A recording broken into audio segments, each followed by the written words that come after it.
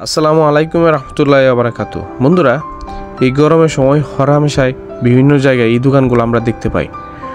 বন্ধুরা, আপনারা জানেন কি এই রাস্তায় খোলা জুস খেলে আমাদের শরীরে কী কী রোগ হতে পারে? বন্ধুরা, আপনারা নিজেরাও জানেন না যে এখানে যে বরফ ব্যবহৃত হচ্ছে সেটা কোথায় থেকে নেওয়া, কিন্তু প্রচণ্ড গরমের জন্য আমি এখান থেকে জুস কিনে খাই। বন্ধুরা, কিন্তু এই পানি কি নিরাপদ?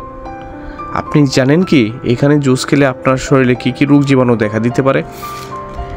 এখানে জুস বা শরবতের মাধ্যমে আমাদের শরীরে কী কী রোগ হয় তা আপনাদের সাথে আমি আলোচনা করব। বন্ধুরা, এই ধরনের খাবার খেলে সাধারণত যে রোগগুলো হয় বন্ধুরা, ডায়রিয়া, টাইফয়েড জ্বর, food poisoning, cholera, hepatitis A, এইসব ভাইরাস এর মাধ্যমে আপনার ছড়ায় যায়।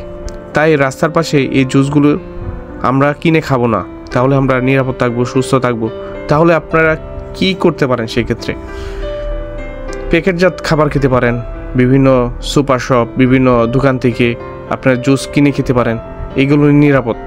তাই আমরা এইসব জুস খাবো না। সবাই সুস্থ থাকবো, সুন্দর থাকবো ইনশাল্লাহ। আসসালামু আলাইকুম রহমতুল্লাহ।